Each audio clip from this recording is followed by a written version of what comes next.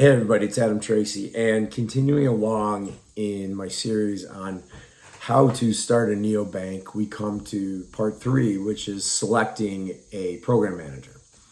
And in traditional banking, the program manager is the party that provides the client and product interface, marketing, branding, sometimes regulatory and compliance, AML, KYC processes, and the like. And in the neobanking and in traditional banking, the bank obviously holds the bank license and the license with the networks for processing. In neobanking, obviously the license and the license with the networks comes from your partner bank. In most cases, the program manager is the neobank itself, right? And it's not a necessity. You can bring in a third-party program manager, but as I'll get to, there's cost considerations to factor into that. At the core, right, a neobank, in a sense, is really just a marketing agency, and will provide the product interface, client interface, have some responsibility for AML, KYC, and the like. And also, you have the aspect of just the mechanical aspects of issuing debit cards, providing service related to those debit cards, which is a cost that's passed to the neobank, as is like chargebacks and liabilities and refunds. They fall in the neobank, not the partner bank. And so it's interesting economics because there's plenty of people and groups that will act as program managers, but most neobanks do it themselves. Like Chime will issue through bank. If you look at their footer or their website, they issue through Bancorp Bank, right? And they rely on their bank license, and they're also network licenses for issuing cards, and they basically get it through them. But they're big enough and they've got enough bandwidth that they provide the client interface, the marketing, the branding, their own compliance and regulatory oversight, the whole 9 yards. But for an earlier stage neobank, that's not always possible.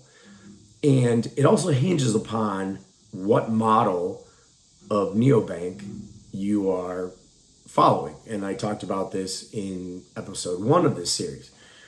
In the overwhelming amount of cases with neobanks, because of the interchange fees, the checking account is a loss leader, right? You're not going to make money on a checking account, right? Because the advantage vis-a-vis a brick and mortar bank and the inconvenience of not having the brick and mortar is that you have like free checking, right? For most neobanks, they're going to look at it and say, well, what's the other model? Is it the credit driven model, which is like issuing a credit card? Is it like the third party product model, which is like Monzo? Or is it something like high yield savings model? There's something else driving the revenue, right? The checking aspect, or even just like the interchange fees on checking, right? Give as much money as you can on deposit and then charge a higher fee to use the debit card. That's all kind of relative to whether or not the neobank acts as its own program manager or brings somebody in for part of it. Because at the end of the day, right, depending on the bank you partner with, and like the number of banks that are now able or willing to act as partners to neobanks has grown exponentially.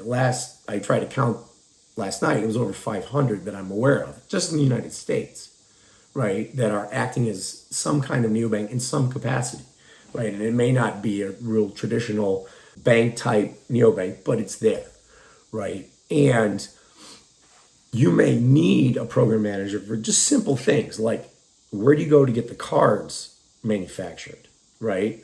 You may not know that, and your neobank partner, and when you get outside of like the Bancorp Bank, Coastal Community, and some of these bigger ones that support some of the bigger neobanks, your partner bank may not do it themselves and may also rely on a program manager. So that forces you to rely on a program manager just for that aspect, whatever it may be.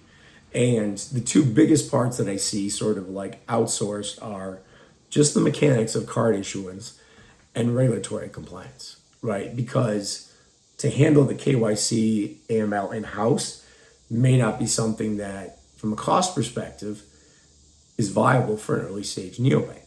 So it's not a zero-sum game in the sense that you have to act as your own program manager as a neobank, or you have to obtain and engage a program manager to handle every aspect that a program manager typically would, right? You can sort of do it a la carte. And in most cases, you'll have to. And as you grow, as you scale, then you can kind of consolidate and bring these things in-house and get additional banking partners that may offer something different that you need, right? And then it's a per transaction fee, the costs go down, and now it starts becoming more viable. So it's kind of the decision, and it's really like an economics thing with the side of just mechanical, like how the hell do I do this type stuff, right? So if you have questions or you need references to program managers that do different things, or even a bank, and remember, again, to strike that relationship with the bank is going to take 90 to 100 days, right? That's it. Like, it doesn't matter what bank. Some banks may take longer because they don't really know what they're doing, and they're just like wading in the water. Last night I found out that the credit union from my university, which only serves graduates from my university, University of Notre Dame, is offering fintech and neobank partnerships. Bizarre, but they're doing it, right? So you've got to find the right one, and sometimes you have to find multiple, and sometimes you have to find multiple program managers. But I digress. If you have questions regarding how we get to this point, who the program managers are that you need, right, and what services they provide, and how the cost structure really works, because this is the decision to make, definitely hit me up. Adam at adamtracy.io. Talk to you next time. Cheers.